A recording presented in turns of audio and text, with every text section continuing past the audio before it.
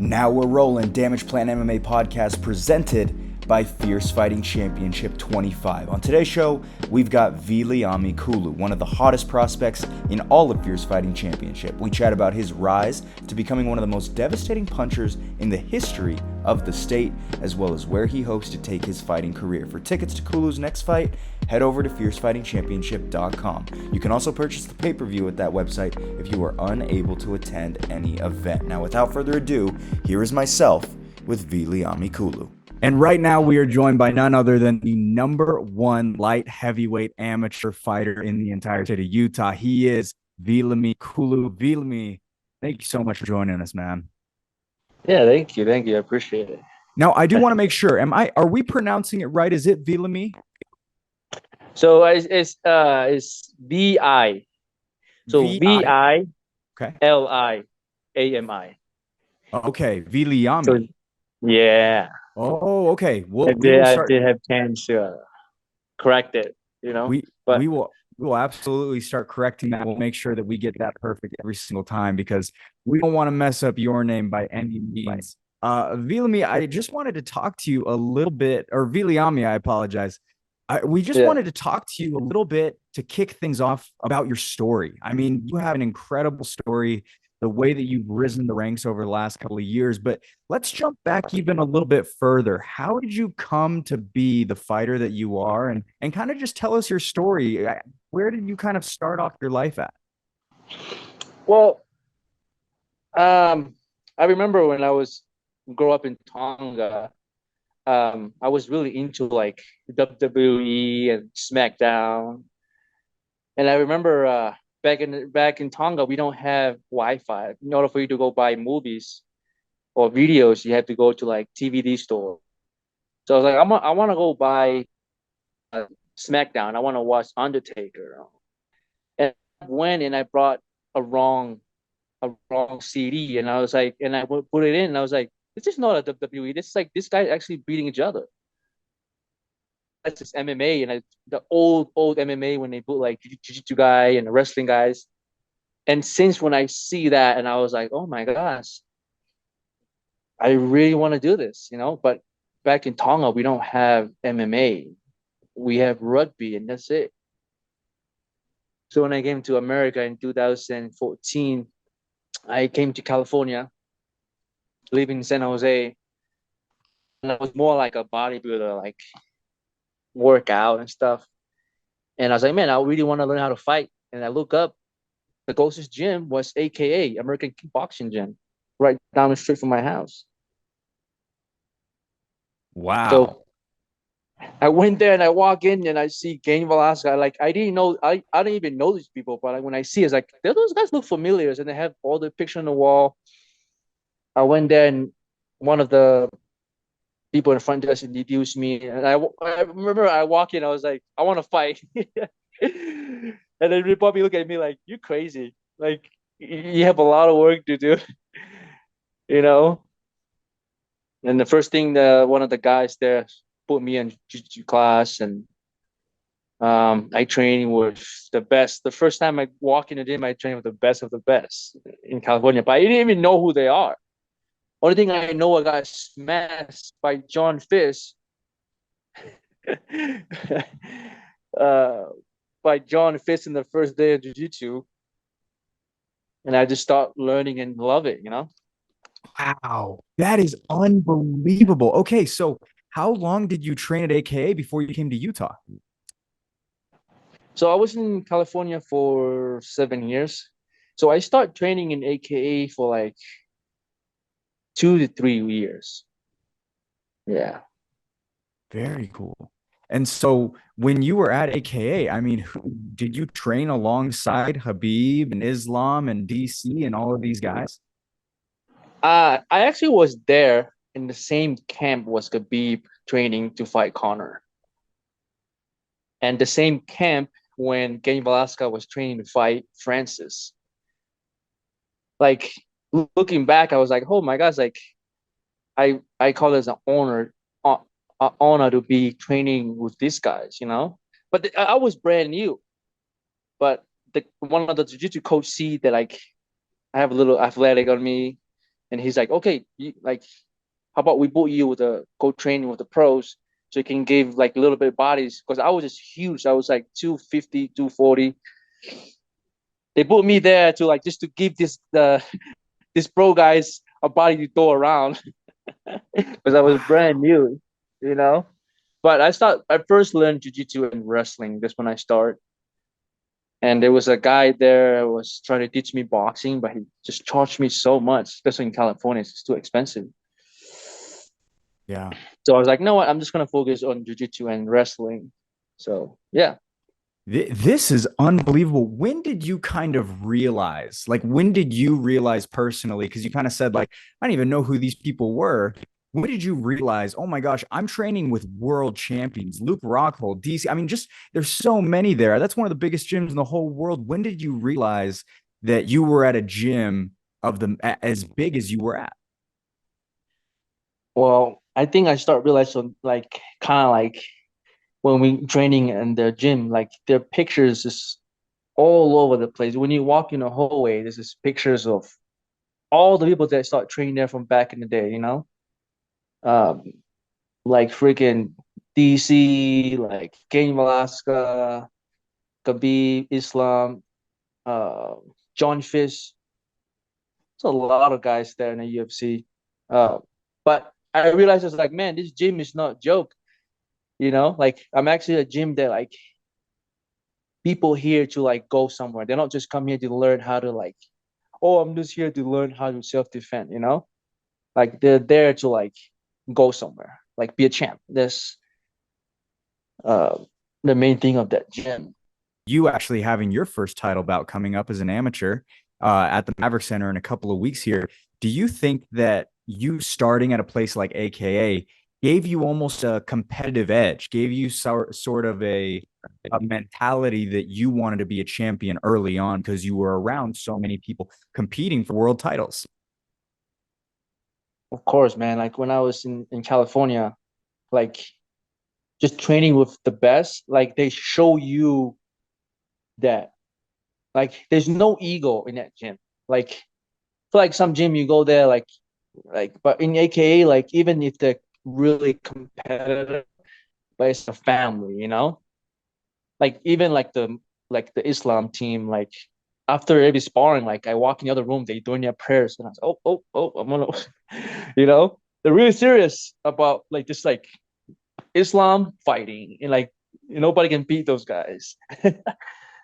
But Man, yeah, I realized like me start fighting, I already have that mindset of like I wanna take this to the top of the top, you know, not just to do it just to be good in this, but like take it to the best of the best, you know. So and it that's started from that gym. That's incredible. Really quickly, I do want to get more into you, but I never realized this about you. This is incredible stuff. Do you have any, just really quickly, do you have any fun stories, any funny memories with any of these big names that you might know on a personal level? Like, did you ever have a round with, either Islam or Habib where they just absolutely just throttled you for 5 minutes? So like of course they will smash me all day, but well in AKA they put you in your size. So they put me with my like bigger guys. And Khabib and them like put them like with their own size. I have never had a chance to roll with Khabib. When DC was there, he just coached. He just stand and just coached. Uh, but I remember walking into the locker room and just like meeting these famous people. The thing is funny is like they don't act like they're above you. Like when you hang out, when they talk, they're just like normal people, like no cocky, no. And the funniest thing is just like I feel like when you meet all these other guys are like on the top, they just feel like they just give you the vibe of like don't talk to me kind of way. But I remember I have a friend that came to AKA and he just came just to like find a way to take a picture of Khabib. And then when he asked Khabib, "Hey, can I take a picture with you?" Because every time Khabib come to AKA, oh my god, it's like outside is packed. And when you come out, like people think that I'm a fighter too. Like, oh, what is your name? I was like, no, I'm not even there. you know. But I remember my friend come there and ask a B for a picture, and you see the humbleness of this guy. He's like, he actually like tell my friend. He told my friend something that I learned. He's like, he told my friend, do you know what? I wish that I had the time that you have. He's a busy man. He's like, I wish I have the time that you have. But let's take a picture. And then I take a picture with my friend. The entire time I was there, I never like bugged in for pictures because I'm there to train. I'm not.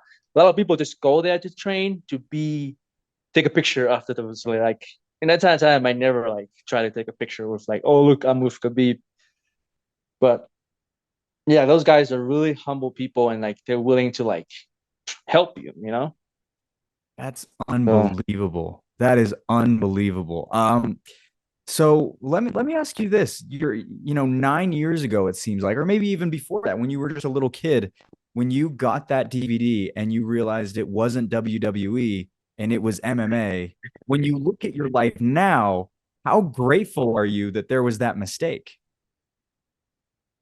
so grateful. It's like I remember on TV in Tonga, we have only three channel you can watch. It's the Tongan channel and some Chinese channel. So when you go to the Tongan channel, it's some news and stuff, and then like sometimes they play like a WWE, like, and it's like really short. And I was like, I want to watch the whole thing, so I went and brought it, and it ended up as a freaking MMA fight. And I was like, this is not, they're not faking it. They actually punch the crap out of each other. Yeah. And I was watching, like, oh my gosh, like, I want to do this. But I'm really grateful looking back. And I was like, I'm really grateful that I went and watched that video and just like become obsessed with the sport. Yeah. So, And you've been having incredible success. 3 wins in 8 months last year and at the beginning of this year. I mean, what would you contribute the success of the last year or so to your career? I mean, what's changed well, I guess nothing's really changed. I mean, you've been on it throughout, but what has been the key to your success over the last couple of months? well, it's a lot. Like, I remember, I think it was a good thing for me to move here because I ended up finding a coach that can work with me. Back in California was it, they have good coaches, but they were more really focused on grappling, and it's okay. They really working on they that's the strength, and AK like they really like just focus on grappling, and a lot of the one guy that I started with now is in Bellator, and he's incredible grappling. He's 2-0 now, just submitting people left and right. But I feel like he was like says like I'm grateful that I moved here and like not just like learn grappling, but try to like balance my boxing, the Muay Thai, kicking, you know, just finding a way to just not just like on the ground, but like on my feet too. So yeah. Yeah, 100%. I mean, you have Shane Stoneman, who is arguably between you and Jerome Hatch and Court McGee. I mean, he might be the best striking coach in the entire state. I mean, Shane Stoneman is pretty incredible. How did you link up with him? Was it you wanting to find someone to make you a better striker? No, I have a friend from here. He's from Ethiopia. He's been telling me to like, hey, like come down here. There's goats here. And when I came here, like my friend introduced me because when I first came here, I stayed as a roommate with him, and then we usually like train in a garage, his garage. And he like first time I met James Stoneman. We met up at Anytime Fitness, and then he started like making me hit the mitts and stuff. And like since then, it was just like he told me he's like, "You will get somewhere." And I was like, "Okay, let's see," you know. So since lately, he's been trying to put me in a boxing match. So I've been doing 3 boxing match just to get my hand go, experience. But yeah, we first met right when I first moved to Utah. So through a friend, I through remember boxing. actually, I was calling one of your boxing matches and your opponent just collapsed in the ring. Do you remember Oh, that? you went to that one? I was calling it. I was doing the play-by-play for that. uh And I'll never forget it because I was really looking forward to seeing you box because I knew you were one of Shane's right. guys and I knew who you were and your opponent just cramped up and fell. Yeah, yeah. I was so mad, I feel like I was kind of mad because like I don't like fighting in a area that's far away because for some reason like when I drive that far, I just feel exhausted. So like give me a little like annoying and stuff. And then like I was like, oh, okay, I drive too far. I'm gonna put this to work. And the guy just fails. I was like, oh my gosh, come on. I know. I'll never forget that. I couldn't believe it because I mean, not only me, but I think everyone around was really looking forward to seeing you and just seeing you put on a performance. That's interesting that you mentioned that. So when you say that you like to fight close to home, is that one of the reasons why you've really enjoyed fighting for Fierce over the last year or so? Yeah, like I feel like I feel good just fighting. Like just driving to like yeah, I enjoy fighting. I feel like just driving somewhere. Like I'm not really good of like going distance somewhere. Yeah. Yeah. Well, one of the big things that I wanted to talk to you about was that again, you've been on this 3 fight win streak, first round finishes, dominant performances. Every single one of them, it seems like it's been more dominant than the next. And this last one against Anthony Acosta was really a big statement, specifically because Anthony Yeah. Acosta was a guy who had a very, very flashy knockout himself, of a local Utah fighter. So, what was your mindset going into that fight against someone who you knew could also turn some success? Well, I remember that fight. My coaches say like, hey, like he want me to fight the BYU guy. He want me to fight the BYU guy because like, and then like his opponent ended up winning. But I remember coach kept sending me videos, and when I see it, I was like, there's so many hold on this guy. So in my mind, I was like, I will expose that on the fighting day. When I see his fighting style, it's like it was just I didn't worry at all. You know. Yeah. When I did hear something, and I do want to confirm if this is true, but I heard that you told, I think our guy Jason, you said that you asked him, or you told Jason that he got in your face at weigh-ins, and no one had ever done that to you before, and it kind of made you mad. Could you kind of break down that story and what happened there? If that's true, I don't know if that's true, but I'm just checking in about that. Yeah, yeah. I wish all my opponents like that. I want them to like make me mad. I feel like all my first opponent, and they just like they don't give me the vibe of like I'm there to like kill you. But this guy there, like he was telling me on his body language, he's gonna kill me, and my mind, he's there to like not play around. I was like, okay, like and I tell Stoneman like I wish all my opponents like that. I want them to talk crap to me. I want them to be on my face because like in that moment, like I just want to finish you earlier. Yeah. Why do you think you like that? Why do you think you like when someone challenges your abilities and basically says like I want what you want? Man, like I really want to like turn like my side of fighting mine. Because sometimes I have a hard time turning it on.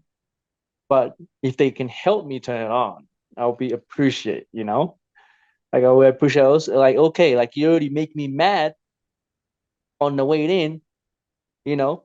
I don't have to like find a way to get pumped before the weight in, before the fight. You already Yeah. pissed me off on the way in, so it's like okay, I don't have anything to motivate me to like make me straight. Like I'm already mad. Eh, So I like when he did that. So like it just gave me like because I used to like when I first fight, I just feel sad for the guy. Like, you know, my cousins and like all the Tongans are like related.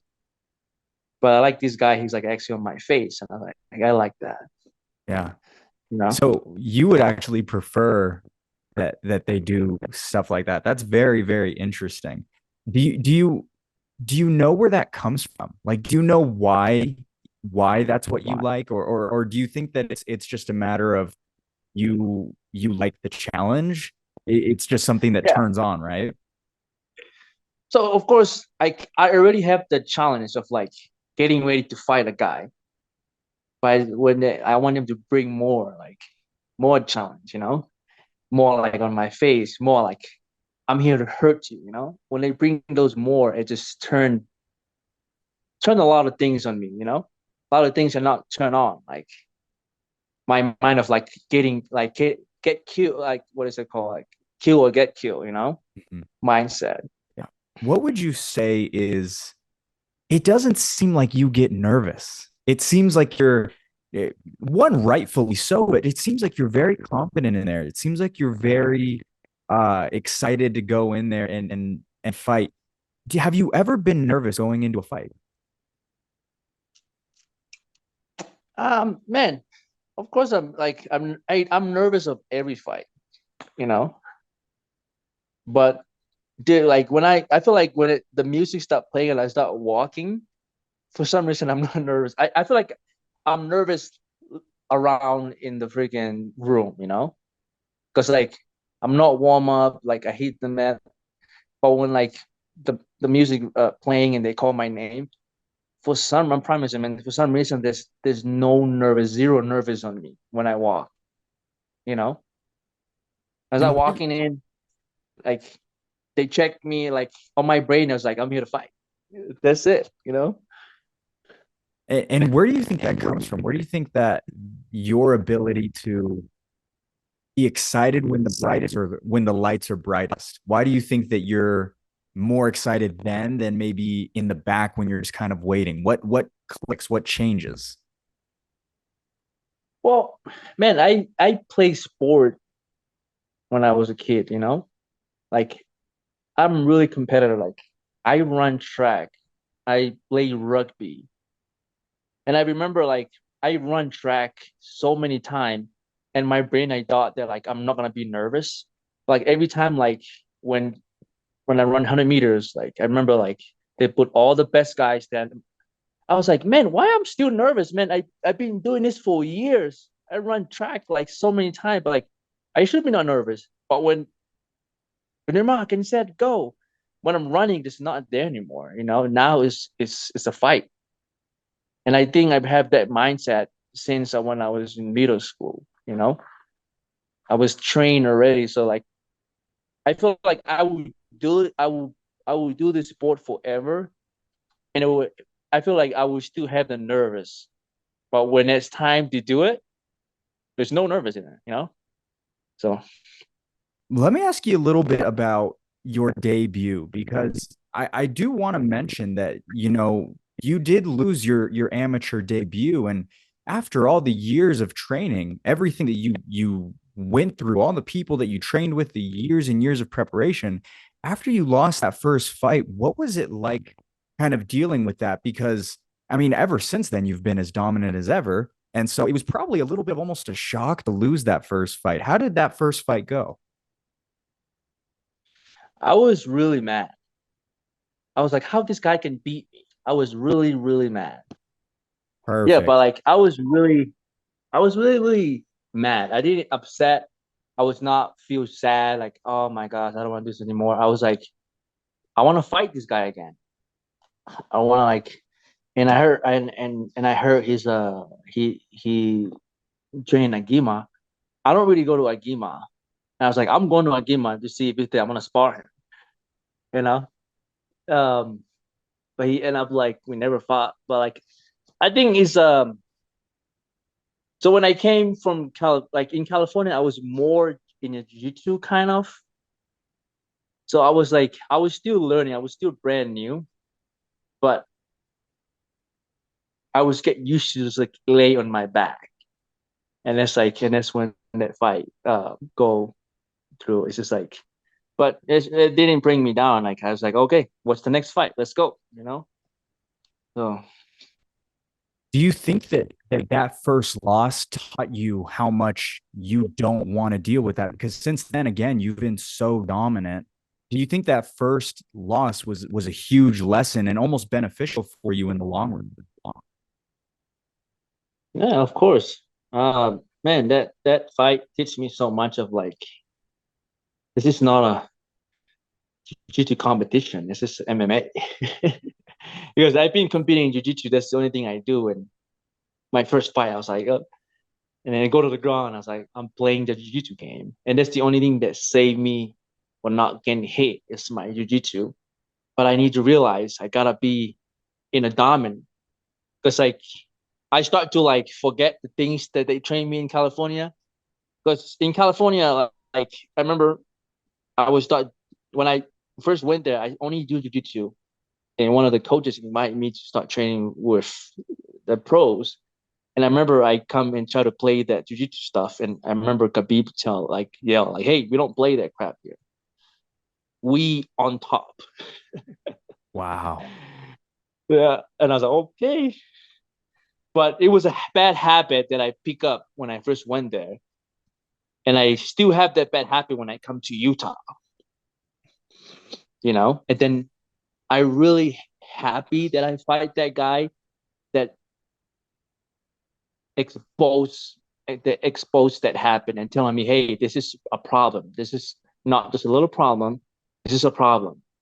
So after that fight, I was like, I'm gonna learn not to be on my back. Like I'm gonna try to be on my feet, or if I'm not on my feet, I'm gonna be on top and dominate. So this I learned. So yeah, I'm excited. I'm happy. I didn't. Uh, I didn't really mad on that fight. I kind of mad that I lost, but at the same time, I was not really mad. I was like happy. I was like, man, I'm really happy this fight is over. Now I'm learning what I need to be fixed. So How does it make you feel to know now that you get to, in about 4 weeks, make the walk for a belt, to know that there's a belt on the line, all these years of hard work, all these different people that you've met along the way, you finally get to take a shot at taking home a belt, and not just any belt, but a pretty prestigious one in a Fierce FC belt. yeah, I'm super excited. Um, getting a challenge, fighting. Yeah, like getting a challenge from someone that like think he can come in and then fight for a belt. I'm excited. Not just that, but like willing to learn what after that fight, what I'm gonna do better next one. You know? Always looking to get better, right? That's kind of, it seems like that's kind of a trend in your career, is that every fight, even though it is dominant, even though it is, really, really good, it seems like you're never satisfied and it's making you get better every single time you make the walk. Is that true? Yeah. When I watch my videos, I skip to the part that I'm horrible at. Oh, my footwork is off. I keep rewinding it back 100 times. I rewrite it back to the one that I dropped my left hand. I like when I watch my video, I don't watch when I like knock the guy out. Like I just stay all my mistake. I keep repeating it, and then like I practice. Um, yeah, I don't watch my videos. I like watch just like see where I'm good at. I watch where I'm really bad at, and yeah. But every fight that I fight, it's just like, of course, I like the fight is to win, but at the same time, like learning and find a way to get better for the next fight, and that's the goal every fight. I remember one of your coaches, Reese, right after your Anthony Acosta knockout, he posted on his story and he said, Viliami Kulu will be a world champion someday. I don't know if you saw that, but when you hear that from someone that you respect, someone that you train with, someone that you work very closely with, How does that make you feel knowing that the people behind you believe in you, but also it's got to be kind of nice to see that for yourself as well? Yeah, I did. Reese is I love Luis. Reese. He's a really good guy. He will really to help you at the same time. And yeah, I met Reese in Agima. I met him. I see him sit there, and he was sparring. And when I heard he's the new coach in Wasatch, when I met him, I just feel really good about him. He's like really like when he's in my. I really like him. When he's in my corner, he doesn't make me stress. Like I feel like when my first fight, one of the guys in my corner, like he was just giving me stretch. Like he's just like, but Reese and Coach Stoneman, like they're really like calm. When they explain things to me, it's really calm. But I don't know. I mean, Luis believe in me, and I'm really like happy that he think that way. That's the goal. Yeah. Well, for you personally, I mean, what does that timeline look like? Last question from me, just what does your timeline look like when it comes to, realizing all of your dreams? You're about to fight for a title. When do you think you want to make that jump to pro? How many fights do you think you want to take before you start looking elsewhere outside of Utah? Where do you want your career to go in the next couple of years? Man, well, I have coaches that you know, I have coaches that believe in me, and maybe get become pro is like for me. Like I don't want to rush anything. I want to get experience, and then like get. I mean, fight that I can. A lot of things I want to do. I want to do bare knuckle one day. Bare knuckle look fun. Do bare knuckle on the side and MMA. So Just do a little bit of everything. yeah, do everything. Boxing. Everything. That's incredible. When it comes to, I think back to just your story when we started this off. You were just a kid in Tonga who had three channels, and one of them showed, the WWE. When you look back at that kid, are you, is it cool to think back and think to yourself, man, I really am, achieving what I set out to do many, many years ago. I'm doing what I watched on TV hundreds and hundreds of miles away from where I am today.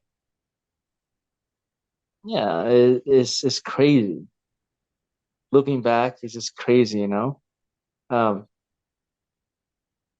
Coming to America, learning mixed martial art and looking back, it's all start from watching a TV show, you know, and it start from going to buy to watch something else, and then you're not buying something that they're not make you doing it, after a couple of years. It's really crazy looking back. I still remember putting the video on and this guy on their underwear, and then one guy in his underwear and his shoes, and I was like, oh my gosh, this is gonna be a SmackDown WWE, and then one guy on a freaking karate suit, and then like, and I was like, okay, what's going on? And the other guy freaking punched the other guy in the face, like, this is not fake, this is real. That's incredible. I never heard of that. I never heard of MMA, and I was like, they start bleeding, and I was like, oh my gosh, this is really awesome. When one day, and that time I didn't know I'm gonna come to the United States one day. It's like one day I want to find a way where to sport at. And then I came to California. I look up AKA, and I literally went to the first time to the gym. They have all the champ to train with. Crazy. And now you get to fight for your own belt in just a couple of weeks. Viliami Kulu, you are incredible, my friend. Thank you so much for talking to us. We really, really appreciate it. Good luck in the next couple of weeks. Good luck in your training, your weight cut, everything. We appreciate the time. Thank you so much.